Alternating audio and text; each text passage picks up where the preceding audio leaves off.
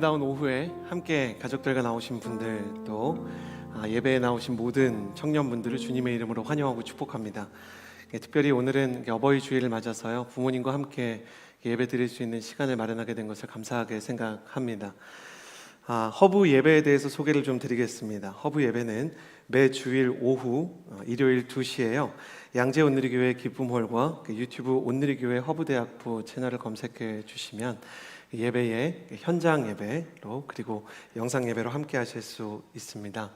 여러분이 현장에서 예배를 하던 아니면 온라인으로 예배를 하던 모두 한 은혜와 성령 안에 있게 되기를 바랍니다. 저희 허브에서는 늘 이렇게 말씀을 듣기 전에 스스로를 블레싱하는 시간이 있거든요. 가슴에 손을 얹어 주시겠어요? 그리고 제 말을 따라서 스스로를 축복해 보면 좋겠습니다. 하나님은 나를 사랑하십니다.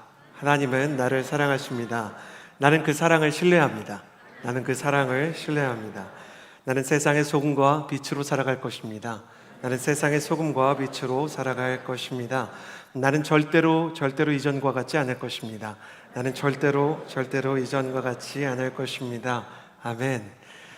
우리가 예수 그리스도를 만난 이후로 지선 사역자님이 부른 것처럼 하나님께서 부어주시는 은혜와 사랑으로 여러분의 하루하루가 이전과 같지 않은 겨울을 지나서 봄을 맞은 세상처럼 우리 인생 가운데 꽃이 피고 또 열매가 맺는 아름다운 변화가 있게 되기를 바랍니다. 하나님께서 세상을 창조하셨다고 우리 크리스천들은 믿습니다. 그리고 세상을 창조하시고 사람이 홀로 살게 하지 않으시고요, 함께 더불어 살게 하셨습니다. 그래서 사회학자들이나 과학자들은 인간이라는 존재에 대해서 관계적인 존재요, 사회적인 존재라고 부르는 것입니다. 그렇다면 세상이 창조된 이후에 가장 먼저 생겼던 공동체는 무엇인가?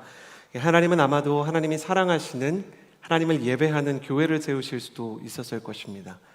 그리고 어쩌면 세상의 질서와 균형과 안전을 위해 나라를 세울 수도 있으셨겠지만, 하나님께서는 교회와 나라를 만들어 주시기 전에 먼저 가정을 만들어 주셨습니다. 창세기라는 성경을 보면 그 안에 하나님께서 만드신 세상이 완벽했다 이렇게 기록이 되어 있거든요. 그것처럼 하나님이 만드신 세상의 일부였던, 그러나 너무 소중한 파트였던 가정 역시 완벽했습니다. 하나님이 처음 만드신 가정은 서로의 진심에 오해가 없었고 함께 있으면 따뜻하고 서로의 얼굴을 보는 것만으로도 외롭지 않았으며 대화와 사랑과 서로를 향한 격려도 늘 풍성했습니다. 그러나 성경의 기록에 따르면 우리 인간은 하나님을 떠나기 시작합니다.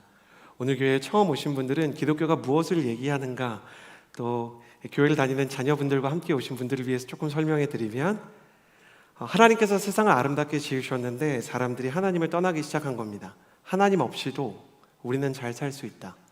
내가 내 인생의 주인이고 내가 우리 가족의 내일을 만들어 간다라는 생각을 가지게 되었던 것이죠. 사람들은 자신의 인생에서만 하나님의 흔적과 자리를 지워버리고 무시한 것이 아니라 하나님의 흔적을 가정 속에서도 지우기 시작했습니다.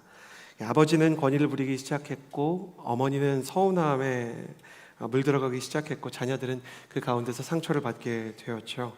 인간의 선택대로 하나님은 그들을 떠나주셨고 인격적인 하나님은 사람의 선택에 의해 그 선택을 존중하는 분이셨기 때문에 하나님이 떠나주시기로 결정하신 그 자리로 세상이 무너지기 시작합니다. 하나님을 떠난 이 가정마다 균열이 생겨나기 시작하는데 그때 아버지와 어머니, 자녀 모두에게 균열이 생기기 시작했습니다. 첫 번째로 나누고 싶은 균열은 이것입니다. 아버지의 전쟁입니다. 여기 계신 여러분 저를 따라해 주시겠어요? 아버지의 인생에는 항상 전쟁이 있다. 항상 전쟁이 있다. 저는 늘 아버지의 인생은 전쟁이라는 생각이 듭니다. 아버지의 인생을 생각하면 떠오르는 영화가 있는데 신데렐라 맨이라는 영화예요. 지금 나오는 영화인데 러셀 크로우가 젊을 때 찍었던 영화입니다. 영화의 배경은 미국의 1930년대 대공황 시대를 다루고 있습니다. 미국이 1930년대 1차 세계대전이 끝나고 경제가 완전히 무너지고요. 산업이 열심히 자산 규모를 늘려가고 또 빚을 빌려서 사업가들이 사업을 확장시키다가 큰 어려움을 겪기 시작합니다. 경제적으로 미국이 완전히 무너졌고 실업 인구가 1,500만에 육박하던 시절이었습니다. 실제 존재했던 사람인 러셀 크로우는 한때 유명한 복서였던 짐 브래독을 열연합니다. 그러나 그는 이제 링을 떠나서 한때 세계 챔피언이었지만 사업을 시도했는데 때가 안 좋았던 거죠. 1930년대에 사업을 시작했던 다른 가장들이 그렇듯이 그는 사업에는 실패하고 링으로 돌아갈 수도 없는 상황 속에 처하게 됩니다. 그는 링 위에 설 기회도 없고 일할 자리도 없는 상태에서 일용직을 전전하게 되는데요. 매일 아침 새벽부터 실제 짐 브래독이 일할 수 있는 자리를 찾아서 내가 좀 일하게 해주십시오 라고 간곡히 부탁을 했다고 합니다. 근데 그때마다 돌아오는 이야기가 무엇이었냐면 일할 자리 없어요 라는 이야기였다고 합니다. 그러니 이 사람이 어떻게든지 새 자녀와 아내를 부양하기 위해서 국리를 하게 되는데 다시 스트리트 파이터를 하게 되는 거예요. 그 술집 지하에서 말 그대로 영화에 나오는 것처럼 약간 도박성 이 복싱들이 있었는데 그 자리에서 과거의 세계 챔피언이니까 이제 구경거리가 되잖아요. 마치 은퇴한 축구 선수가 조기 축구에 축구하러 온 것처럼 가서 열심히 경쟁을 하게 됩니다. 근데 이 사람의 실력이 전술이 노련함이 아직 녹슬지 않은 거예요. 체력은 기술은 예전보다는 조금 둔해졌는데 이 사람의 지능이나 경기를 운영하는 노련미는 탁월했던 거죠. 그래서 이 사람의 소문이 날로 이렇게 높아지기 시작하니까 실제 복싱 대회에 이 사람을 다시 복귀시키기로 많은 프로모션들이 일어나기 시작합니다. 점점 짐 브래독은 경기를 거듭할수록 젊은 복서들을 때려눕히기 시작했는데 끝내는 이게 점점 사이즈가 커져서 세계 헤비급 챔피언을 상대할 기회를 얻게 됩니다. 문제는 뭐였냐? 이 전까지는 아내도 아이들도 그냥 아빠가 이렇게 저렇게 하다가 말겠지, 혹은 우리 가정에게 지금 돈이 필요하니까 저렇게 일하겠지 하는데 역사적으로 짐 브래독이 타이틀 매치를 해야 됐던 그 헤비급 복서가요, 짐 브래독과 싸우기 전에 직전에 상대했던 두 명을 주먹으로 때려서요 링에서 죽였어요. 그러니까 실제로 존재했던 사건이었기 때문에 이 아내가 절대 당신 나갈 수 없다. 근데 짐 브래독은 나갈 수밖에 없는 거예요. 왜냐하면 아내가 남편이 안 나갔으면 좋겠는데 아이들에게 우유를 주기 위해서 그 유리로 된 우유병 있잖아요. 우유가 요만큼 남았는데 거기에 수돗물을 타고 있는 걸 남편이 본 거예요. 그러니까 그걸 보고 견딜 수가 없어서 나는 나가야 된다 이렇게 얘기를 하는데 아내가 안 된다 하니까 그때 제가 잊을 수 없는 대사를 합니다. 그게 뭐였냐면, 여보, 나는 당신의 응원 없이는 이길 수 없어 라고 말했던 거예요. 제가 이 영화를 평생 아마 못 잊을 것 같아요. 왜 그랬냐면 하필 이 영화를 아빠랑 둘이서 봤어요.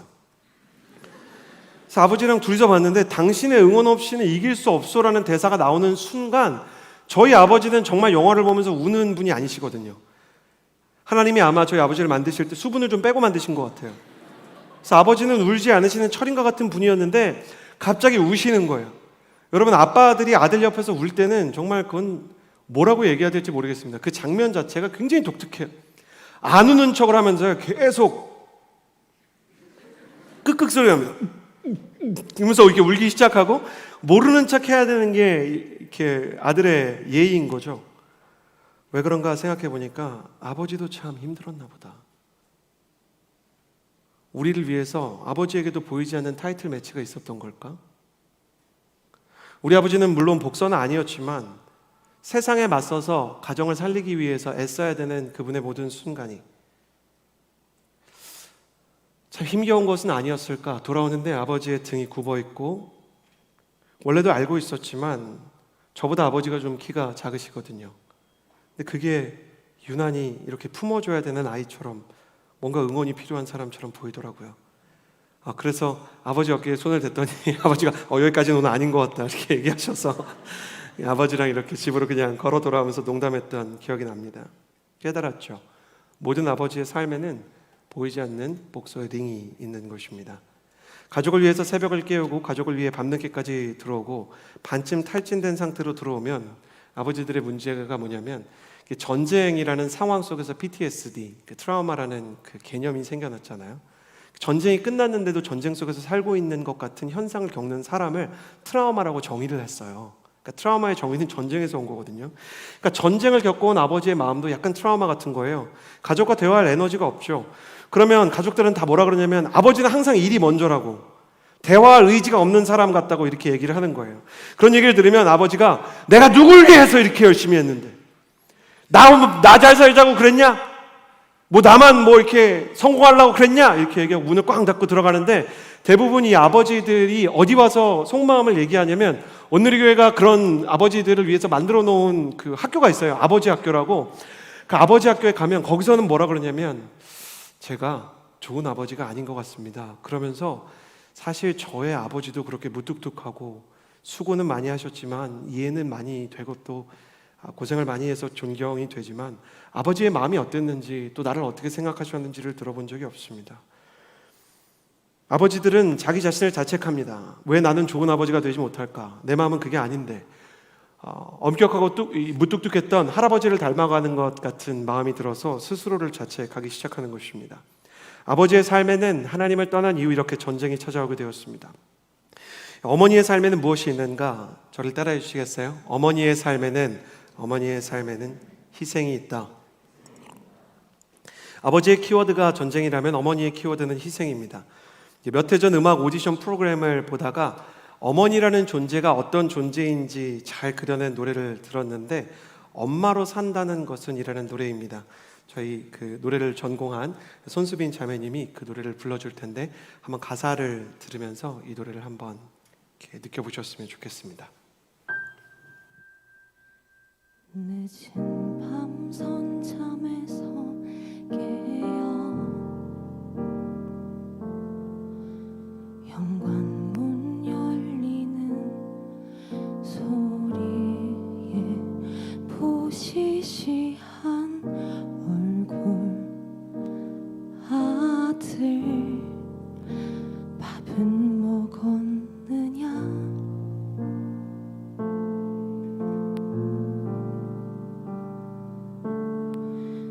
피곤하니 쉬어야겠다며 짜증 섞인 말투로 방문 휙 닫고 나면 들고 오는 과일 한 접시, 엄마도 소녀일 때가, 엄마도 나만 할 때가, 엄마도 아리따웠던 때가 있었겠지.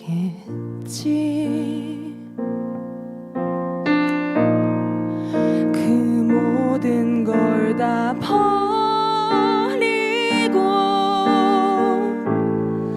세상에서 가장 강한 존재,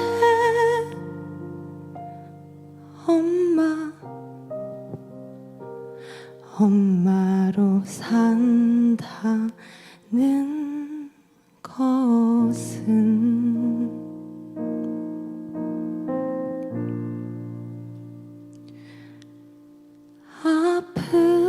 아프지 말거라,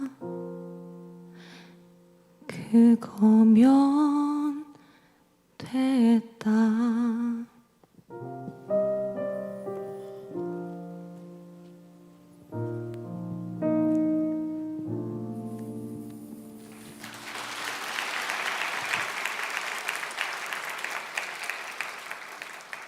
참 가슴 아픈 가사 아닙니까? 엄마도 소녀일 때가 있었겠지. 엄마도 나만 할 때가 있었겠고, 벚꽃을 보면 디지털 카메라는 없던 시대였겠지만 필름 카메라를 연신 터뜨리던 때가 있었겠지. 아버지가 제가 이제 교복을 줄여서 굉장히 혼을 내셨던 때가 있어요. 학생은 학생답게 입고 다니는 거라고. 하지만 전 큰 무기를 가지고 있었죠. 아버지의 고등학교 시절 아버지의 바지는 나팔 바지였습니다. 그리고 제가 어머니의 치마를 보고 하니까 처음에는 아빠 엄마도 이렇게 교복을 고쳐 입었네요 라고 얘기하다가 엄마 아빠도 참 패션 센스가 좋았고 데이트도 하고 맛있는 걸 먹던 시절이 있었구나, 생경하게 그런 생각이 드는 거죠. 그런데 이제는 엄마에게 남은 말이라고는 아프지 말거라, 그거면 됐다. 이게 엄마의 마음이 아닌가 생각이 됩니다. 너만 안 아프면 나는 그걸로 됐다. 그 모든 걸 다 버리고 추억과 또 즐거움의 시간들을 뒤로 한 채 세상에서 가장 강한 존재가 된 엄마. 가사처럼요, 엄마로 산다는 건 엄마가 되기 위해서 여자로서의 삶을 좀 내려놓고 가족의 꿈을 위해 자신의 꿈을 좀 양보하는 삶이 아니겠습니까? 2012년에 개봉했던 영화 써니가 있습니다. 새벽 2시에 제가 이 영화를 이렇게 봤었거든요.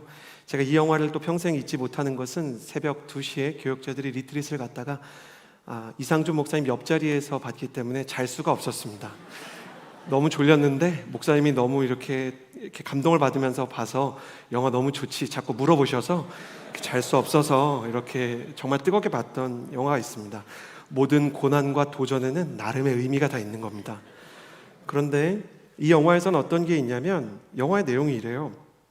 아이를 키우고 남편을 돕느라 정신없이 이렇게 엄마가 됐어요. 그래서 막 청소기 돌리고 뭐 설거지하고 이렇게 살면서 나름 이렇게 흥에 겨워서 사는 것처럼 콧노래를 부르고 사는데 우연한 계기로 친구 한 명을 찾겠다는 계기로 예전에 왕년에 그 오공주파와 같았던 그 친구들이 뭉치게 된 거예요.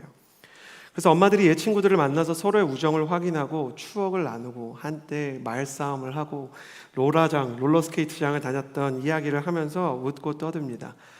그런데 영화의 마지막 부분에 저는 졸음을 이기지 못하고 봤던 영화 때문에 눈물을 흘렸던 기억이 납니다. 영화의 결말이 뭔가 시큰한 거예요.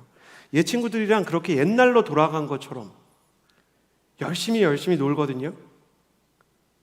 그리고 나서 엄마들은 결국 각자의 집으로 돌아와서 다시 엄마의 삶을 사시더라고요.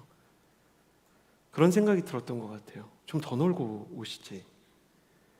내 남편, 내 아이를 사랑해야 되기 때문입니다.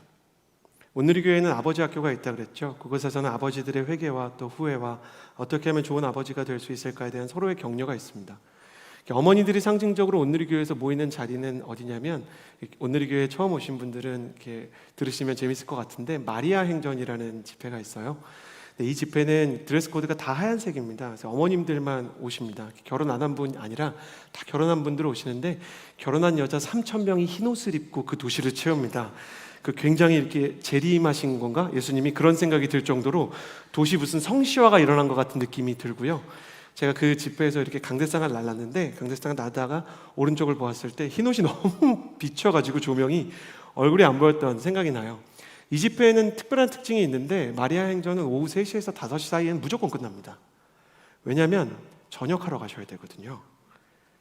그래서 저녁 집회를 해도 어머님께서 오지 않으시고 너무 은혜를 사모하고 예배드리는 걸 좋아하시는 분들인데도 불구하고 3,000명이나 어머님들이 모여도 밥을 하러 돌아가시는 모습을 볼 때 저는 그 써니가 생각이 납니다. 성경은 아버지에게 필요한 것은 존경이라고 말합니다. 그것을 짐 브래독이 열연한 신데렐라맨에서 이렇게 얘기하는 거죠. 당신의 응원 없이는 나는 이길 수 없어. 그래서 성경은 아버지에게 복종하고 아버지에게 순종하고 그를 존중하라 라고 말합니다. 성경에서 이야기하는 복종과 순종이라는 단어는 하나님께 하는 복종과 순종과 같은데 무조건적인 굴종을 얘기하는 거랑은 좀 달라요. 순종이 마음에서 시작되는 것처럼 우리의 신앙의 순종이 하나님의 마음을 헤아리는 데서 시작되는 것처럼 너는 저 아버지, 너의 남편의 마음을 좀 헤아려 주어라. 거기서부터 남편을 세워주는 것이 시작된다라는 의미예요. 또 성경은 어머니에게 필요한 건 사랑이라고 얘기해요. 골로새서는 남편은 아내를 사랑하고 괴롭게 하지 말아야 된다라고 얘기합니다. 여기서 괴롭게 하지 않는다라는 의미는 헬라어로 이런 의미가 있어요. 아내의 수고를 다 안다라는 거죠. 이제 아내가 몸이 안 좋은데 이렇게 제가 이렇게 아내와 함께 가야 되는 자리들이 있었어요. 그래서 저도 이제 목회자니까 사모랑 함께 가야 되는 여러 자리들이 있잖아요. 이게 공식적인 만남이나 자리가 있는데 이렇게 데리고 갔는데 제가 이렇게 일을 하면 멀티태스킹이 잘 안 될 때가 있어요. 그러니까 자꾸 지체들이랑 얘기하고 아내는 몸이 안 좋은데 괜찮아 이렇게 안 물어봤더니 인스타그램에 이렇게 책을 아내가 이렇게 찍어가지고 올렸더라고요. 고마운 줄 모르면 고마운 사람 잃게 된다는 게 그날 저녁에 이렇게 올라오게 됐던 기억이 있어요. 제가 젊습니다. 그래서 감히 이렇게 얘기 드리기 좀 죄송한데 제가 목회를 하면서 그래도 은퇴를 하신 분들을 많이 만나게 됐습니다. 아버님, 은퇴하면 가정의 힘의 균형이 바뀝니다. 지금부터 잘 준비해야 되는 것입니다. 지금부터 우리가 고마운 줄을 알고 누가 이 가정의 실권을 가지고 있는지를 우리가 알고 그 수고와 사랑을 기억하는 것으로 가정을 이렇게 이뤄가야 한다는 것입니다. 남편은 아내를 사랑하고 그 수고를, 그 희생을 모른 척하지 말아라. 마치 성경이 이렇게 묻고 있는 것 같아요. 남편들에게요, 너는 아내가 너의 아내가 되기 위해서 무엇을 뒤로 미루어 두었는지를 알고 있느냐? 우리 청년들은 저를 보시겠어요? 너는 너의 어머니가 너를 기르기 위해 어떤 대가를 지불했는지 알고 있느냐? 청년 여러분, 부모님 부르면 여러분 편 들 거라고 오해하시는 분들 계시던데 정신 차리고 잘 들어주세요.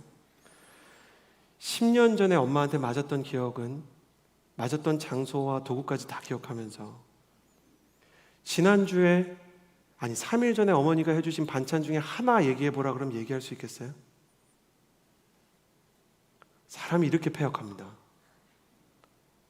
우리는 은혜는 물에 새기고 상처는 돌에 새겨요.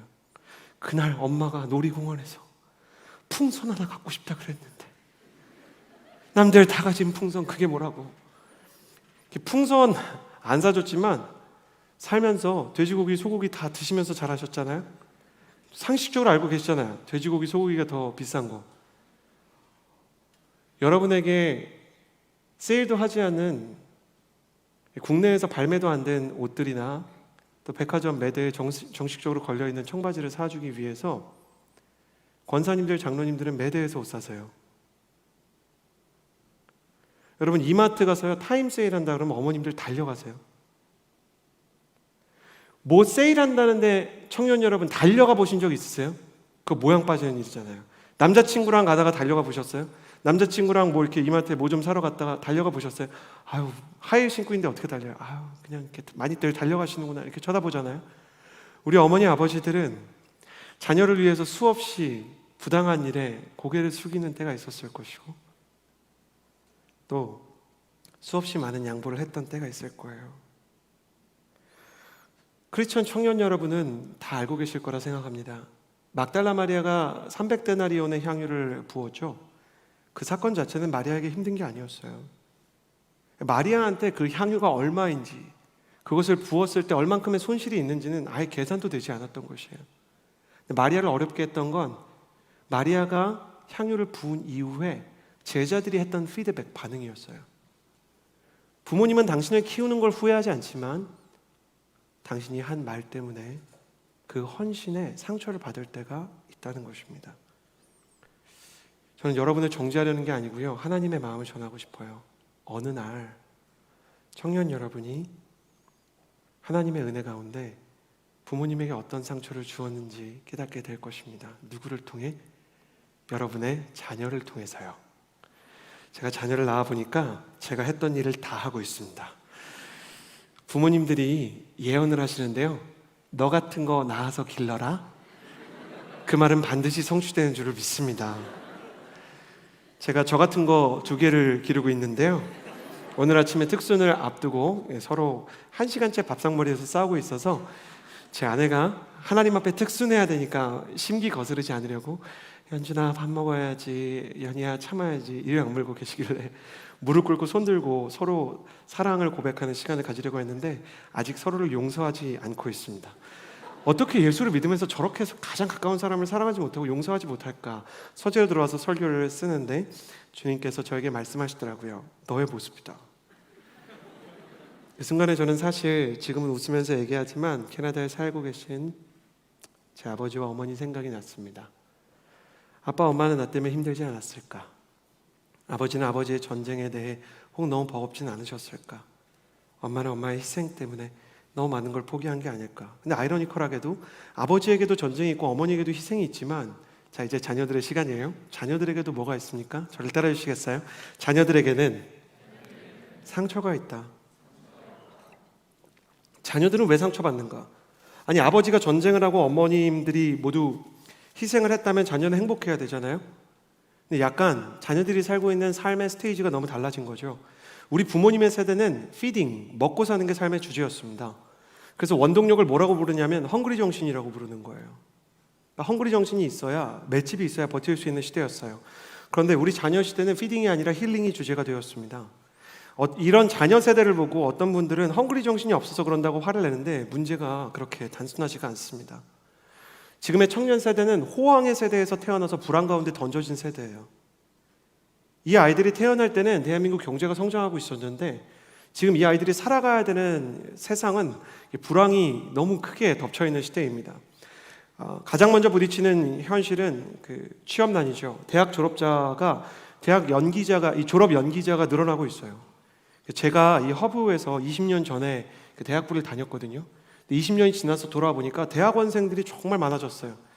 이 시대의 지적인 수준이 높아진 것인가? 그런 것도 있지만 석사, 박사까지 하고 나야 취업에 유리하고 또 자신이 살아갈 삶에 이 정도가 필요한 스펙 전쟁이 일어나고 있기 때문이죠. 80년대까지 한국의 경제 성장률은 10% 이상에 육박했어요. 그런데 지금은 3% 되면 다행이라고 얘기하는 이야기가, 볼멘 소리가 나오기 시작합니다. 아버지들이 전쟁을 겪었지만 자녀 세대에게 예정되어 있는 것은 전쟁을 넘어선 거의 세계대전입니다. 이 자녀들이 기댈 수 있는 최후의 보루는 가정이어야 되는데, 전쟁을 치른 아버지는 이야기를 들어주지 않고 희생을 치른 어머니는 이 희생이 헛되지 않도록 입시와 경쟁에 아이를 밀어넣고 있어요.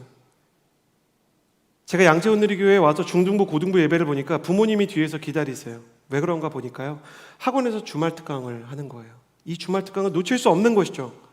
그러니까 가정이 입시 기간이 되고 취업회사가 되어서 가장 중요한 자녀와의 소통이 사라지는 거예요. 동의보감에서는 뭐라고 허준 선생님이 얘기했냐면, 소통이 없으면, 통하지 않으면 고통이 있다, 통한다. 통하지 않으면 통한다라는 말이 있었어요. 좋은 물건을 아무리 사주고 좋은 음식을 먹이고 좋은 선생에게 공부를 배우게 해도 자녀에게는 아버지만이 채울 수 있는 자리가 있고 어머니만이 치유할 수 있는 상처가 있거든요. 그 공간은 절대 다른 것으로 채워지지 않아요.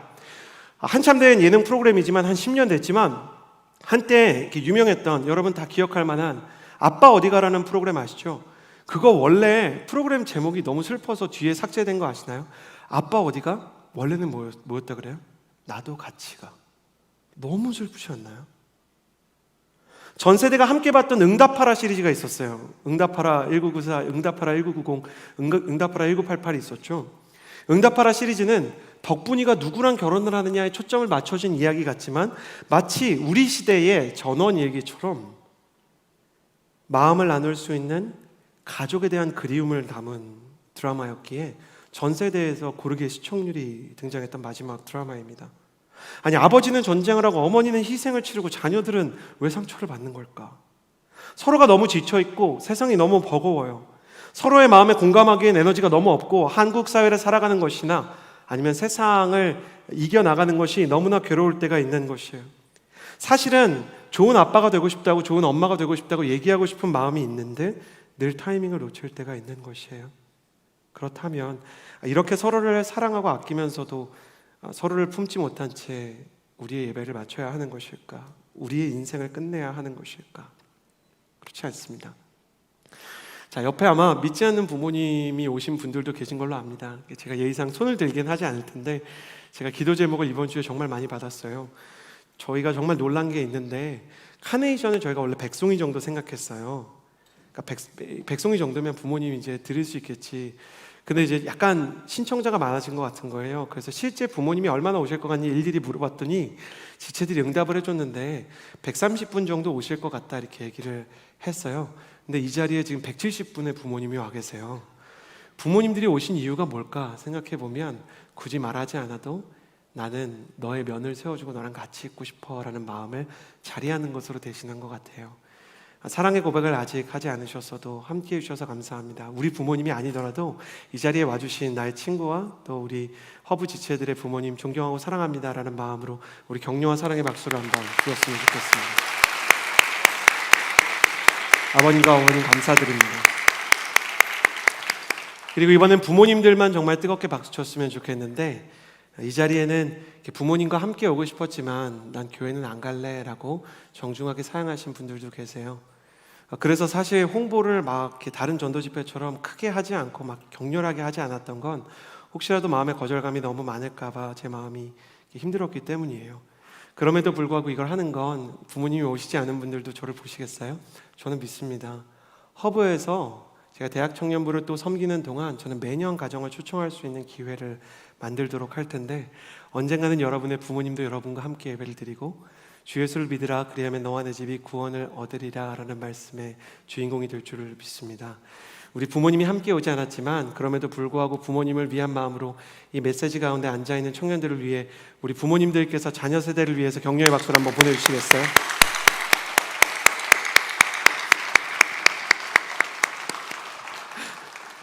부모님이 아닌데 박수 치는 분들 얼른 결혼하게 되기를 주님의 이름으로 축복합니다. 부모님 아닌데 이렇게 박수 치셔서 약간 놀랐어요. 자, 아까 뭐라 그랬죠? 하나님께서 태초에 천지를 창조하실 때 보시기 좋았더라라고 말씀하셨다고. 이 토브라는 단어인데 완벽하고 아름답고 선했다라는 단어예요. 토브였다. 하나님께서 최초에 창조하신 가정도 토브가 있었는데 뭔가 사람들이 실수와 죄와 하나님이 없는 자리를 만들었다. 그렇다면 하나님을 다시 불러올 수 있는 방법은 없을까? 감사하게도 하나님께서 우리가 하나님을 부르지 않았는데도 우리의 세상 가운데로 찾아온 사건이 바로 우리 구주 예수 그리스도의 사건입니다. 예수님은 이 사건을 통해서, 세상에 오시는 사건을 통해서 우리에게 이렇게 말씀해 주세요. 하나님은 우리 각자를 사랑하시고 우리 모든 사람을 향한 계획을 가지고 계시다고. 기독교인의 복음을 네 줄로 줄인 걸 사형리라고 부르거든요. 첫 번째 원리, 기독교의 근본 진리 네 가지 중에 하나를 얘기하라 그러면 하나님은 나를 사랑하시고 나를 향한 크고 놀라운 계획을 가지고 계십니다인데, 가정에도 똑같습니다. 하나님은 우리 가정을 사랑하시고 우리 가족을 위한 놀라운 계획을 가지고 계신 줄을 믿습니다. 그래서 예수님께서 오셔서 어떻게 하면 우리가 서로 사랑하는데 서로의 사랑이 닿을 수 있을지, 그리고 우리가 서로를 아끼는 마음이 왜곡됨 없이 서로에게 전달될 수 있을지를 보여주셨습니다. 예수님께서 주셨던 사랑의 원리를 통해서 몇 가지를 나누고자 합니다. 우리 3절에서 5절, 요한복음 13장 3절에서 5절 말씀인데요, 같이 한번 읽어보도록 하겠습니다. 함께 읽겠습니다. 시작. 예수께서는 아버지께서 모든 것을 자기 손에 주셨으며 자신이 하나님께로부터 왔다가 하나님께로 돌아갈 것을 아시고는 식탁에서 일어나 겉옷을 벗고 허리에 수건을 두르셨습니다. 그러고 나서 대야에 물을 담아다가 제자들의 발을 씻기시고 허리에 두른 수건으로 닦아주셨습니다. 예수님께서 세상에 오셔서요, 사람들의 병도 고쳐주시고 사람들에게 희망의 메시지와 지혜의 말씀들을 전해주시다가 가장 중요한 일을 준비하게 되십니다. 모두가 잘못하고 아버지가 전쟁을 치러도 가정이 행복하지 않고, 어머니가 희생을 해도 자녀들이 행복하지 않고, 자녀들이 상처를 받지만 어디에서 치유를 받아야 될지 모르는 이 가정의 상처처럼 세계 곳곳에 만연한, 세상 곳곳에 만연한 사람들의 죄와 아픔의 상처를 위해 그 모든 것을 책임지는 십자가를 지고 새롭게 이 구원의 문을, 치유의 문을 여시기로 작정하십니다. 창조주의 생명력을 모두 소진해서, 그래서 우리 모든 사람을 구원하려고 하신 것이죠. 그리고 이제 그 십자가를 질 전날이 찾아왔습니다. 아마 부모님들에게는 신뢰되는 말씀이지만 그런 기억이 계신 분들이 계실 거예요.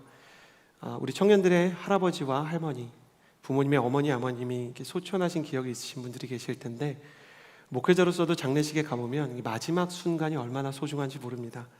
예수님에게도 이제 죽음이 다가오고 있었습니다. 그런데 예수님께서 이 죽음을 앞둔 순간에 사랑의 엑기스를 보여주시는 장면이 요한복음 13장이거든요. 그때 처음 보여주셨던 것은 이것이었어요. 추억을 남기는 것이었습니다. 예수님은 이 모습을 통해 우리에게 이렇게 말씀하실 거예요. 모두 가슴에 손을 얹고 저를 따라해 주시겠어요? 가정에 우리 가족들에게 액자를 선물해야 합니다. 액자를 선물해야 합니다. 예수님께서도 추억의 액자를 선물해 주셨어요. 발을 닦아주고 그리고 그것을 기억하게 하셔서 2000년이 지난 지금도 우리가 그 예수님이 발을 씻겨준 것을 기념해서 발을 씻겨주는 세족식이라는 걸 합니다. 또 그날 밤에 성만찬이라고 이렇게 떡과 포도주를 떼어 주시면서 이건 내 살이고 내 피야 라고 말씀하시면서 이렇게 얘기하셨어요. 나를 기념하라. 그건 무슨 얘기냐면 나와의 추억 속에서 살았으면 좋겠다 얘기하는 거예요. 코로나 시대에 사람들이 얼마나 일상을 그리워하면서 추억했는지를 한번 생각해 봅시다. 그리고 요즘 패션을 보면 레트로 코드, 예전 코드로 돌아가려고 하는 코드들이 얼마나 많은지를 생각해 봅시다. 최근 유행했던 프로그램이 있는데 한때 그 여자 걸그룹 아이돌이었지만 결혼을 하고 엄마가 된 사람들이 있을 거 아니에요. 그러니까 저희 때 리더였던 이게 걸그룹이었던 SES라든지 아니면 우리 청년들 때 그 아이돌이었던 그 원더걸스라든지 이런 아이돌들 이미 결혼을 하고 엄마가 됐던 한때 걸그룹이었던 엄마들이 모여서 엄마는 아이돌이라는 프로그램을 했었어요. 자, 엄마는 아이돌이나 앞서 언급했던 응답하라 시리즈 모두 추억을 기반으로 사람들의 마음의 정서를 회복시키려고 합니다. 추억 열풍이 우리 시대의 마케팅 같지만 사실 2000년 전 교회의 영적인 지도자들에게도 추억의 힘이라는 건 중요했어요. 교회의 첫 번째 지도자 중에 한 사람이었던 성 어거스틴은 인간에게 주어질 수 있는 가장 깊은 영적인 능력과 생명력은 사람의 아름다운 추억 속에 담겨 있다라고 얘기했어요. 크리스천들에게 가장 큰 힘 중에 하나는 첫 번째 하나님을 만나고 은혜를 받았던 순간인 것처럼 가족에게 가장 중요한 선물 중에 하나는 추억이 아닌가 생각이 됩니다. 언제나 지나치게 많이 일하고 과도하게 경쟁하는 사회 속에서 가정에 하프타임이 필요한 것은 아닌가 생각하게 되는데요. 여러분의 가정에 추억의 하프타임이 새겨지기를 바랍니다. 예수님께서 세상을 떠나신 이후에도 예수님을 그리워했던 그분의 사랑을 추억했던 제자들은 서로의 발을 씻겨 주었죠. 마찬가지로 부모님들과 평생을 기억할 수 있는 추억을 꼭 남겼으면 좋겠습니다. 꼭 큰 스케일의 여행이 아니더라도 평소 잘 가지 않았던 그냥 카페 정도에서 차를 마시고 기억에 남을 만한 선물을 전해주는 시간이 있었으면 좋겠습니다. 예수님을 믿는 분들이나 믿지 않는 분들이나 탈무드의 이 구절이 너무 유명해서 다 알 거라고 생각이 됩니다. 고기를 잡아주지 말고 고기 잡는 법을 알려주어라. 우리는 이 이야기를 들을 때 그렇게 생각하죠. 공부 답 알려주지 말고 공부하는 법 알려줘야 되겠다. 우리 아들한테 우리 딸한테 돈을 주지 말고 돈 버는 법을 알려줘야 되겠다. 이렇게 해석하는 걸 보고 유대인들이 정말 깜짝 놀란다고 합니다. 그 왜 그런지 아세요? 한국 사람들이 교육열이 너무 높고 한국 사람들이 경제에 관심이 너무 많으니까 돈과 교육에 관심이 너무 많아서 교육학적으로 경제학적으로 해석을 한다는 거예요. 원래 탈무드에서 이 고기를 잡아주라라는 말은 어떤 의미였냐면 이거였다 그래요. 고기를 잡아서 던져주는 아버지보다는 낚시를 함께 해주는 아버지가 되어라. 아버지와 함께 낚시를 했던 추억이 그 어떤 월척보다 낫다라는 의미입니다. 저는 올해 가족들 가운데 사랑의 추억이 가득하게 되기를 바랍니다. 그 순간을 담아서 기억할 수 있는 사진들이 많이 있었으면 좋겠습니다. 그래서 예배 후에 저희 나가보시면 나가자마자 오른쪽에 이제 계단이 있거든요. 거기에서 가족 사진을 촬영해 드립니다. 조금 죄송한 건 저희가 믿음이 없었어요. 이렇게 많이 오실지 모르고 포토그래퍼를 4명만 고용했는데 조금 기다리셔야 될 수는 있을 것 같습니다. 그래도 조금 기다리면서 이렇게 대화하면 정말 좋습니다. 이렇게 가족들 간에 기다리는 동안 이렇게 뭐 이렇게 많이 기다리게 해라는 생각이 드실 수 있는데 그 롯데월드에 가보잖아요. 그럼 둘로 나눠져요. 기다릴 때 사랑을 속삭이는 연인과 이렇게 사람 많은 날 왔냐고 싸우는 연인 둘로 나눠지는데 사랑이 있다면 괜찮습니다. 그래서 기억하셔야 되는 건 가족을 위해 왔다. 아버지들도 꼭 기억하셔야 돼요.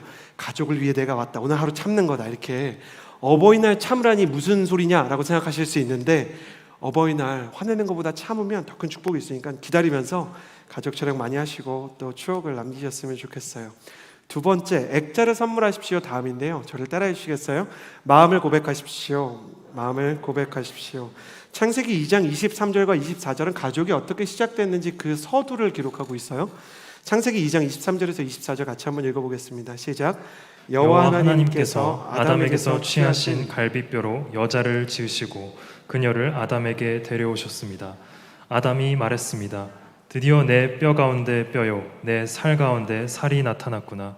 이가 남자에게서 취해졌으니 여자라고 불릴 것이다. 저는 이번 주에 이 창세기 말씀을 읽으면서 새롭게 발견하게 된 게 있어요. 하나님이 아담에게 저 여자가 너의 아내다, 너 저 여자랑 결혼해야 되라고 말한 거 아니에요. 하나님께서 사랑하라고 강요한 것도 아니고 고백하라고 명령하신 것도 아니었어요. 그런데 아담이 하와를 보자 사랑하는 마음이 들어서 자발적으로 나의 뼈 중에 뼈입니다, 당신은 나에게 심장 같은 사람이에요, 호흡 같은 사람이에요 고백한 거예요. 당신이 없이는 정상적으로 살 수 없다라는 의미였죠. 어머님들에게도 이렇게 아버님들이 그렇게 고백했던 시기가 있었던 것을 저는 믿습니다. 저희 어머니도 그랬던 시기가 있었다고 저한테 얘기해 주셨어요. 너희 아빠가 그렇게 멋있었던 때가 있었지. 그래서 우리 엄마가 정말 아빠를 사랑하는구나 생각했더니 그 사람은 죽었어, 이렇게 얘기하시더라고요. 그래서 그분이 부활하실 수 있도록 나는 죽고 예수로 사는 삶을 위해 기도하고 있습니다. 한 어머님이 아버님을 이렇게 때리셨는데 아마 이렇게 때리실 때 부활하셨을 걸로 생각이 됩니다. 여기서 중요한 게 있어요. 어떤 사람을 만나도록 인도하는 건 누가 하셨어요? 그건 하나님의 몫이에요. 근데 고백은 누가 해야 되는 거예요? 사람이 해야 되는 겁니다. 하나님이 하실 일이 있고 내가 할 일이 있어요. 형제 여러분만 잘 들으시고 우리 어머님들 동의하시면 아멘 크게 하시는 거예요. 이 공동체 우리 20대 정신 차리게 해야 됩니다. 어머님들 잘 들으시고 동의하시면 아멘 하는 거예요. 고백은 예나 지금이나 80년대에나 2020년대에나 남자의 몫인 줄을 믿습니다. 권사님들만 아멘 하지 말고 여성들도 같이 아멘 하세요. 자, 고백은 남자의 몫인 줄을 믿습니다. 아멘. 전 세계 어디를 가도 남자가 프로포즈 하는 거예요. 자, 언제부터 그랬다고요? 태초부터 지금까지 아담이 그렇게 했어요. 그러나 이 고백이라는 것은 남자 여자를 떠나서 일단 사람의 몫이라는 걸 생각해야 돼요. 세상에서 제일 많이 사람들의 영적인 사랑의 진리를 왜곡했던 문장을 저와 여러분 모두가 알고 있어요. 말하지 않아도 알아요. 초코파이 카피라이터는 혼날 것 같아요. 성경을 보십시오. 고백은 너가 해야 되는 거다. 말하지 않으면 모른다고 창세기에 써놓은 거예요. 성경은 아담이 하와에게 사랑 고백을 한 이후 가정이 창조되었다라고 기록하죠. 제가 약간 지금 위트를 섞어서 유머러스하게 얘기하지만 진지하게 그렇습니다. 교회는 어떻게 세워졌습니까? 베드로가 주는 그리스도시요 살아계신 하나님의 아들이십니다 라고 고백할 때 예수님께서 뭐라고 말씀하셨냐면 내가 이 고백 위에 교회를 세울 거다 라고 말씀하셨어요. 교회가 신앙의 고백 위에서 세워지듯이 가정은 사랑의 고백 위에 세워진다 그러셨어요.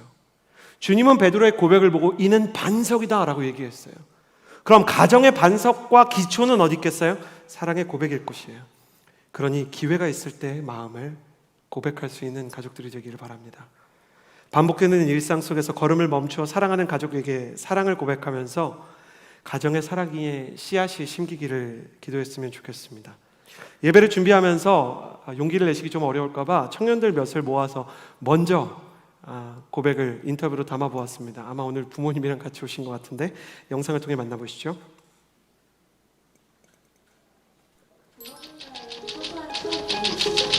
저는 어렸을 때 가족여행을 갔던 추억이 가장 기억에 남아요. 방학 때만 되면은 가족이랑 훌쩍 여행을 떠나곤 했는데 가족들이랑 동물들도 보고 바닷가도 거닐고 맛있는 거 먹으면서 힐링을 했던 기억이 세상을 살아갈 때 큰 힘이 되더라고요. 제가 하는 일의 특성상 되게 오래 서 있어야 돼서 일을 하고 오면 다리가 굉장히 아픈데 그때마다 엄마가 제 오른다리, 아빠가 제 왼다리를 되게 마사지를 해주셨어요. 그게 저에게 가장 기억에 남는 소소한 추억이 아닐까 싶습니다. 중학생 때로 기억하고 있는데 가족 넷이서 처음이자 마지막으로 갔었던 온천 여행이 가장 기억에 남고 재밌었던 것 같아요.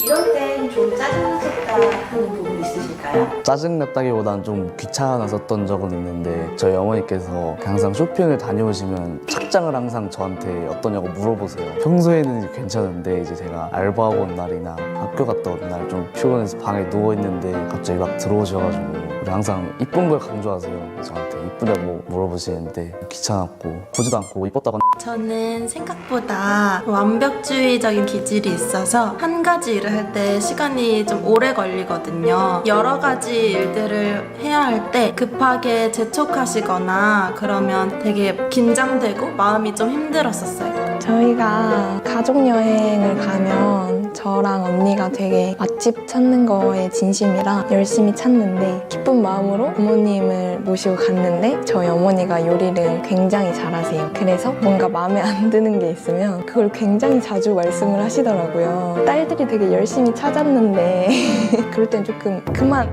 약간 이러는 것 같아요.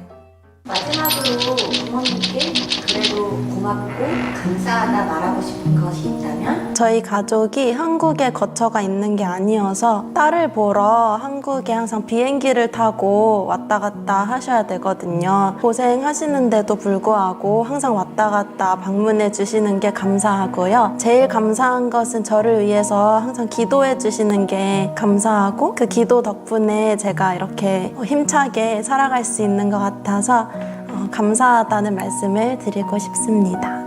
저희 어머니, 아버지가 늘 저희 편이셨던 것 같아요. 되게 속상한 일이 있거나 힘든 일이 있으면은 바로 전화를 해서 이런 일이 있었다라고 말씀을 드리는데 그럴 때마다 늘 저희 편이 되어주시고 저희를 응원해주시는 부분에서 너무 감사하고요. 태어났을 때부터 하나님을 알게 해주시고 늘 저희를 양육하실 때 성경 말씀으로 해주셨어서 그게 가장 감사합니다. 저희 어머니께서 저번에 저한테 이제 잘 커줘서 고맙다고 말씀하셨는데 저는 사실 제가 잘 컸다기보다는 저희 어머니께서 잘 키워주셨다고 생각이 들어가지고 전 그게 가장 감사했고 저는 저희 엄마가 롤모델이라고 생각하는데 어디 가서 그렇게 말할 수 있도록 멋있는 엄마 아빠가 되어주셔서 감사합니다라고 말하고 싶습니다.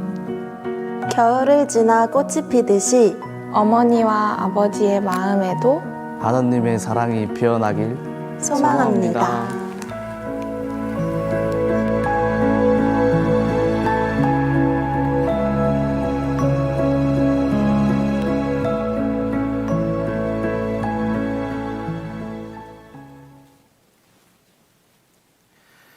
많은 크리스천들이 아마 가족을 용서하게 해달라고 또 가족들을 사랑하게 해달라고 사랑할 수 있는 마음을 달라고 기도할 것입니다.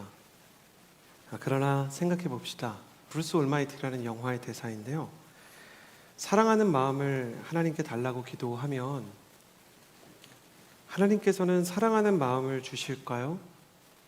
아니면 사랑할 수 있는 기회를 주실까요? 하나님은 사랑할 수 있는 기회를 통해 사랑할 수 있는 마음을 주십니다. 지금이 그 기회입니다. 여러분 들어오실 때 연두색 카드를 다 받으셨을 텐데요. 가족을 향한 고백을 여기 한번 적어보았으면 좋겠습니다. 저희 안내팀이 혹시 펜이 없으면 손을 좀 들고 계시면 저희가 그 펜을 드릴 테니까요. 손을 좀 들어주시면 펜을 드릴게요. 부모님들도 혹시 카드 못 받으신 분도 손을 좀 들어주시고요. 그럼 저희가 카드와 펜을 좀 드리도록 하겠습니다. 저희가 특순으로 찬양을 듣는 동안 마음을 나누도록 하겠습니다.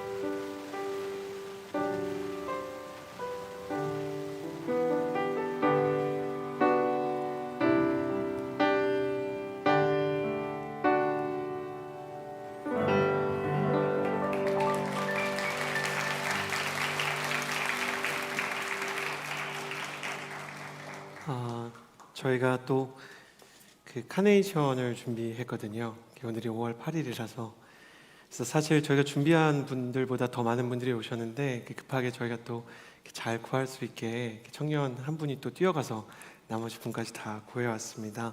그래서 자녀분들이 손을 좀 들어주시면 저희가 대신해서 이렇게 전달해드리는 시간이 있었으면 좋겠습니다.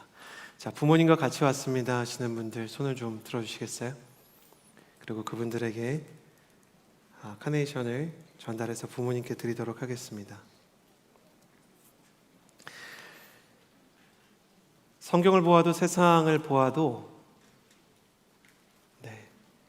저는 진심이 언제나 통한다는 것을 믿지 않습니다. 진심이라면 언제나 통하지는 않습니다.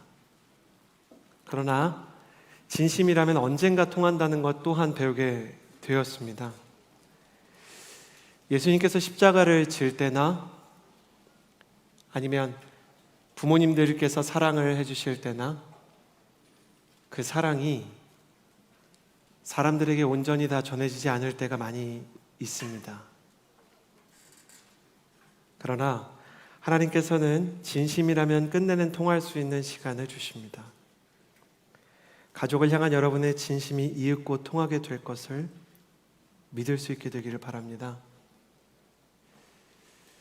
제가 아버지 학교와 어머니 학교를 이렇게 섬기러 갔을 때 아버지들과의 대화를 이렇게 나눌 수 있는 시간이 있었어요. 그래서 아버지들이 질문을 하시고 목회자로서 또 자녀 세대로서 대답을 하는 건데 제가 궁금했던 게 있었습니다. 들어보니까 거기는 아버지들이 되게 자녀들에게 상처를 많이 줬다 그러는데 마음은 되게 따뜻한 거예요. 그래서 아버님 그냥 미안하다고 말씀하지 그러세요. 그랬더니 아버지가 그런 얘기를 하시더라고요. 고백을 한 이유가 무서워서 말을 하지 못하겠습니다. 진심이 언제나 통하지 않는다는 것을 부모님 세대는 더 잘 알기 때문에 진심을 전하기가 더 어렵게 생각이 되어도 예수님께서는 이렇게 말씀하셨죠. 내가 너희를 사랑한 것 같이 너희도 사랑해라. 예수님이 먼저 용감하게 사랑을 고백하심으로 다른 곳에 사랑의 통로를 여시는 것처럼 여러분도 서로 사랑하는 관계가 되었으면 좋겠습니다. 이 시간은 잠깐 가족을 위해서 기도하는 시간을 가지기를 원하는데요. 가족들을 위해서 같이 좀 기도했으면 좋겠습니다. 혹시 가족이랑 같이 오신 분들은 가족의 손을 좀 잡아주시고요. 또 가족이 댁에 계신 청년들은 가슴에 손을 얹고 아버님과 어머님을 위해서 기도해 주시겠어요? 부모님이 오시지 않은 분들 되게 속상한 분들 계실 텐데 저도 이렇게 장모님 장인어른 같이 예배드리자고 했는데 장인어른 장모님이 그냥 넌지시 다음에 갈게 이렇게 얘기하셔서 청년들의 마음을 좀 이해할 것 같아요. 지금 가족을 위해서 잠깐 기도할 건데요. 이 자리에 부모님이 계시지 않는 분들은 하나님 언젠가는 부모님과 같이 예배드리고 또 부모님에게 사랑을 고백할 수 있는 가정 되게 해주세요. 그렇게 기도하고 부모님은 자녀를 위해 또 자신의 남편과 아내를 위해 하나님에게 사랑의 고백과 그 사랑의 열매가 있게 해주십시오. 그렇게 기도했으면 좋겠습니다. 기도합시다. 신실하신 하나님 아버지, 우리가 서로를 향해서 사랑할 수 있게 되기를 원합니다. 믿지 않는 분들도 이 시간을 통해 기도와 고백을 배울 수 있게 되기를 바랍니다. 하나님께서 하나님의 사랑과 은혜로 하나님의 마음과 사랑을 부어주옵소서. 한 번 더 기도했으면 좋겠는데요. 제가 좀 특별한 기도 제목을 드립니다. 이 자리에 본래 오셨어야 되는데 제가 누구라고 밝힐 수는 없지만 건강이 급속히 악화가 되셔서 못 오게 되신 분이 계세요. 지금 건강이 안 좋은 상황이 갑자기 급속히 심해지셨습니다. 현재 눈이 보이지 않고 몸에 호스를 꽂아야 되는 일이 일주일 만에 일어났는데 병명이 아직 밝혀지지 않았지만 상당히 그 병이 중한 것으로 생각이 됩니다. 이 자리에 오지 못하신 분들 중에 몸이 아프고 또 상황이 되지 않아서 심각한 위기 가운데 서 계신 분들도 계십니다. 그래서 이 시간은 다 같이 기도했으면 좋겠는데, 하나님, 이 자리에 있는 또 우리 허브의 청년들의 부모님 중에 너무나 질병이 중하고 아파서 이 자리에 함께하지 못하신 분들이 계시다면 그 육신과 그리고 그 세포를 지켜주옵소서. 특별히 지금 병상에 입원하셔서 병명의 진단을 받아야 하시고 지금 눈이 잘 보이지 않으시고 호수를 꽂은 채로 좀 중한 질병으로 예상이 된다는 판정을 받아서 가족이 모두 낙심한 상태로 그 딸이 지금 기도하러 나온 상황 속에 있습니다. 성경에서 가장 좋은 부활의 소식이 십자가를 통해서 온 것처럼 성경에서 가장 위대한 회복도, 그분이 또 예수님을 아직 믿지 않으시는데 가장 놀라운 생명의 역사도 어두운 시간을 통해서 전해질 수 있음을 우리가 믿습니다. 건강하게 하시고 부모님들이 강건하게 하여 주옵소서. 우리 제가 이렇게 익명으로 소개한 그 자매님의 아버님을 위해서 또 몸이 아픈 부모님들을 위해서 한 번 더 기도합시다. 기도하겠습니다. 좋으신 하나님 아버지, 기도하며 나아갑니다. 은혜와 사랑으로 도와여 주옵소서. 하나님, 우리의 마음과 우리의 영혼 가운데 하나님 정말로 그 아버님을 위해서 또 부모님을 위해서 기도하고 싶은 마음들이 있습니다. 기도하게 하여 주옵소서. 예배하게 하여 주옵소서. 주님께서 하나님 부어주시는 그 사랑과 은혜가 온전히 기름 부어줘서 하나님 세포 하나하나, 조직 하나하나, 호르몬의 모든 기관들이 다 정상 상태로 회복되는 역사가 일어나게 하여 주옵소서. 아버님이 병석에서 일어나게 하여 주시고 어머니와 아버지가 회복되게 하여 주옵소서. 말하지 못하고 부모님의 병환 때문에, 부모님의 우울증과 공황장애 때문에 고통받는 청년들도 있습니다. 고쳐지게 하시고 예수 그리스도의 복음으로 인하여 그 치유와 회복을 경험하는 가정이 되게 하여 주옵소서. 우리 가정의 정서와 영혼이 회복되게 하여 주옵소서. 서로를 향한 사랑의 고백이 있게 하시고 전쟁을 치르는 아버지는 존경과 인정을 받고 또 희생을 치른 어머니는 사랑과 헤아림을 얻고 상처를 받았던 자녀들은 소통과 공감과 치유를 경험하게 하여 주시고 지금 몸이 아파서 오지 못하신 예수 그리스도가 너무나 필요한 그 병상에 가셔서 지금 육신의 질병을 겪고 있는 아버님과 또 영적인 질병을 가지고 있는 다른 부모님들, 우울증과 공황장애에 시달려서 오지 못한다고 저에게 고백했던 청년들의 부모님에게도 찾아가 주셔서 세포 하나하나, 조직 하나하나가 낫게 되는 역사가 일어나게 하여 주옵소서. 예수님의 이름으로 기도드렸습니다. 아멘. 자, 액자를 선물하고 마음을 고백하십시오. 그리고 마지막으로 나누고 싶은 것은 예배가 시작되기를 바랍니다. 예수님을 믿지 않는 부모님들은 가끔 교회 다니면 떡이 나오니라고 물어보시는데 팩트 체크를 해드리겠습니다. 온누리 교회는 매년 1월 신년 예배와 10월 교회 생일에 그 떡을 나눠주고 있습니다. 교회를 다니면 떡이 나옵니다.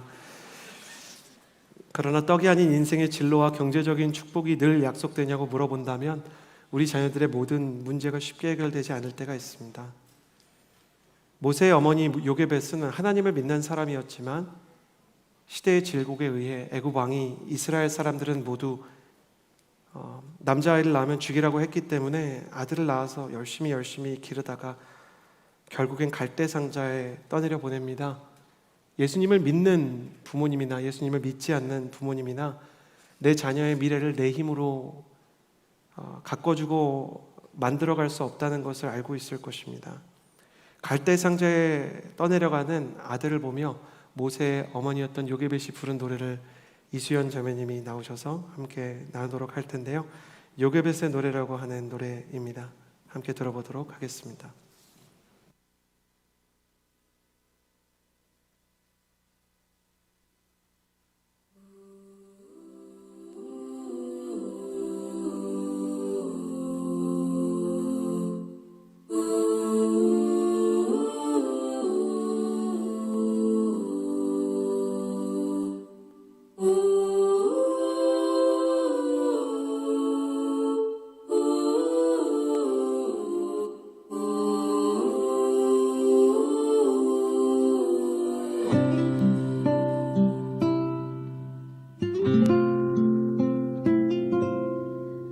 작은 갈대 상자 물이 새지 않도록 역청과 나무진을 칠하는 어떤 마음이었을까. 그녀의 두 눈엔 눈물이 흐르고 흘러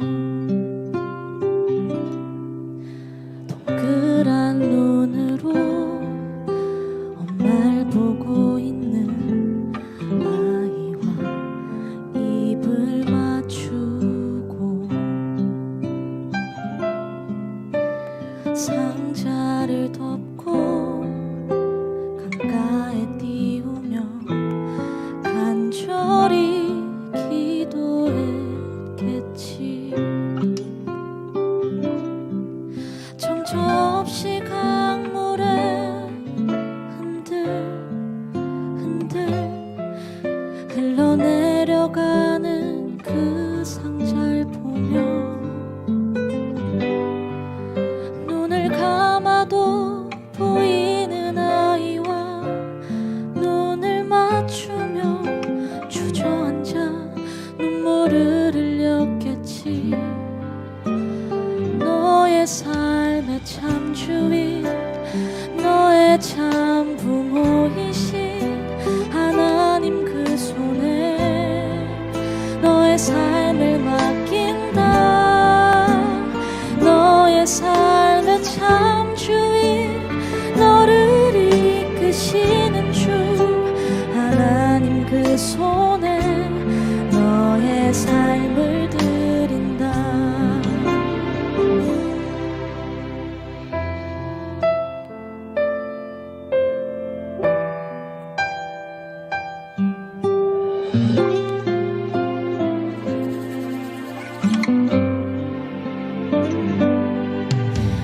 어떤 마음이었을까 그녀의 두 눈에 눈물이 흐르고 흘러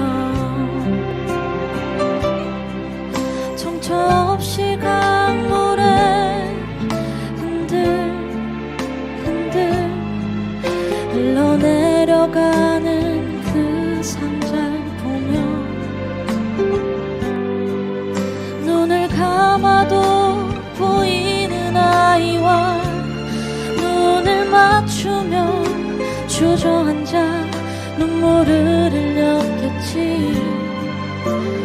너의 삶의 참 주인, 너의 참 부모이신 하나님 그 손에 너의 삶을 맡긴다. 너의 삶의 참 주인, 너를 이끄시는 주 하나님 그 손에 너의 삶을 드린다. 그가 널 구원하시리. 그가 널 이끄시리라. 그가 널 사용하시리. 그가 너를 인도하시리.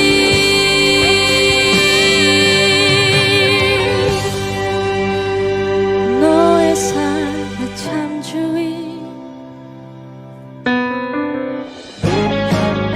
너의 삶의 참 주인, 너의 참 부모이신 하나님 그 손에 너의 삶을 맡긴다. 너의 삶의 참 주인, 너를 이끄시는 주 하나님 그 손에 너의 삶을 드린다.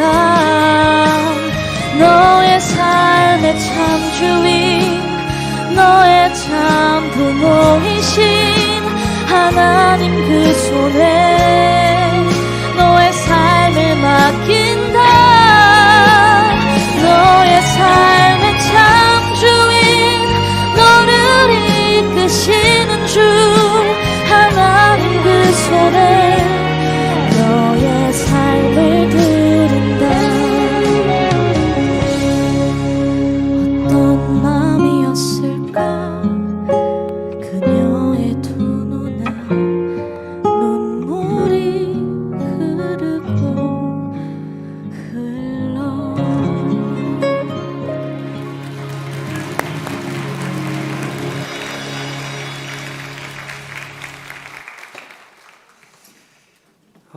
이 노래를 정말 좋아합니다. 갈대상자는 내가 만들었지만 이 아이의 미래는 내가 만들어줄 수 없는 엄마의 마음을 노래 하나에 다 담았죠. 노아의 이야기를 아십니까? 방주는 가족을 위해서 아버지가 지었지만 노아가 만든 방주에는 방향키가 없었습니다. 그건 배라기보다는 그냥 박스, 물 위에 떠있는 그냥 박스일 뿐이었어요. 요게벳이 만든 갈대상자나 노아가 만들었던 방주나 방향을, 목적지를 내가 정할 수 없다는 점에서 가족을 향한 부모의 헌신과 같지 않은가 생각이 됩니다. 그러나 그 배와 갈대상자의 조향장치는 없었을지언정 하나님께서 그 배의 방향을 정해주시고 그 가정이 무력할지언정 그 가정의 참 부모는 하나님이셨습니다. 하나님께서 모세의 참 부모가 되었으면 좋겠다라고 고백했던 엄마 요게벳의 고백처럼 아버님과 어머님의 참 부모 역시 하나님은 아니신지요? 어버이날을 맞아서 다시 하나님께로 돌아가 하나님의 품에 안긴 탕자처럼 여러분도 다시 예배를 시작할 수 있게 되기를 바랍니다. 아픔이 없는 가정은 없지만 하나님은 그 아픔조차 소망으로 변화시키실 수 있는 분이신 줄을 믿습니다. 때로 우리 가정은 인생이라는 캔버스에 붓 한 번 놀려보지 못하고 물감을 쏟아버렸지만 하나님은 그 먹물 튄 치마를 화폭 삼아 명작으로 리디자인한 신사임당처럼 모든 것을 리폼할 수 있는 분이라는 것을 믿습니다.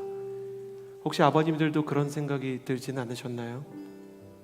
우리 가정을 나 혼자만의 힘과 정서로 행복하게 하는 건 무리가 있구나. 어머님들도 그런 생각을 해보신 때가 있지 않습니까? 내 자녀의 미래를 내가 내 멋대로 설계해 줄 수 있는 건 아니었을 수도 있겠다. 자녀분들은 어떻습니까? 우리 아버지가 변화될 수 있는 것은 오직 하나님의 손에 있는 것 아닐까요?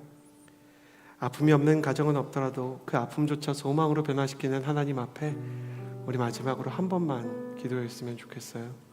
그것은 이런 기도입니다. 가슴에 손을 얹고 눈을 감아 주시겠어요?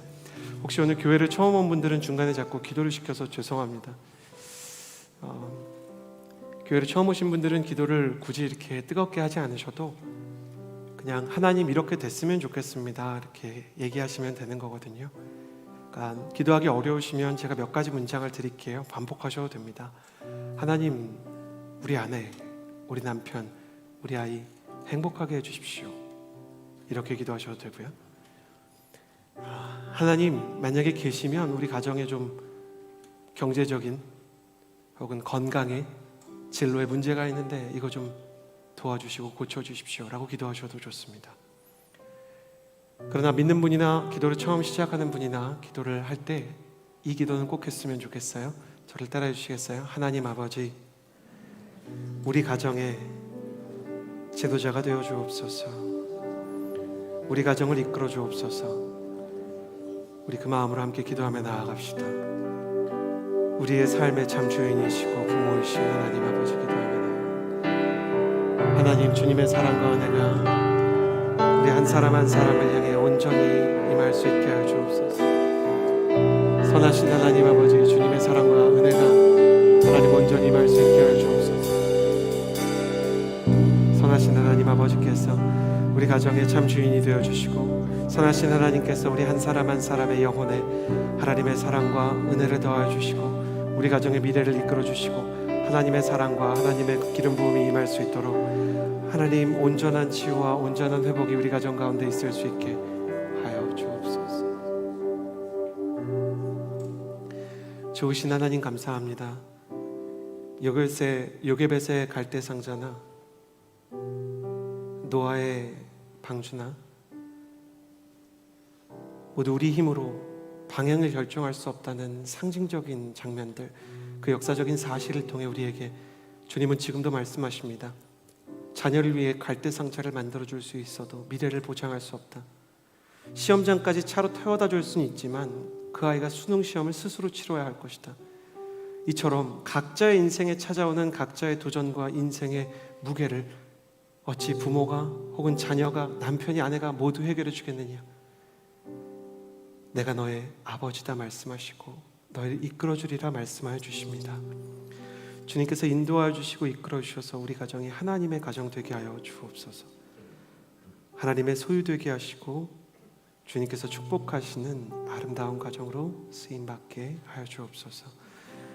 나의 참 부모이시고 또 나의 참 아버지이신 주님께 우리 가정을 맡겨드립니다.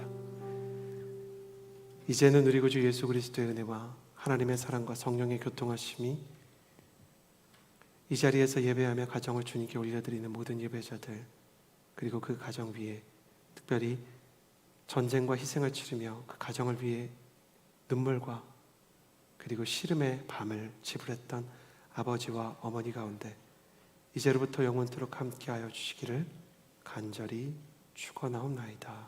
아멘.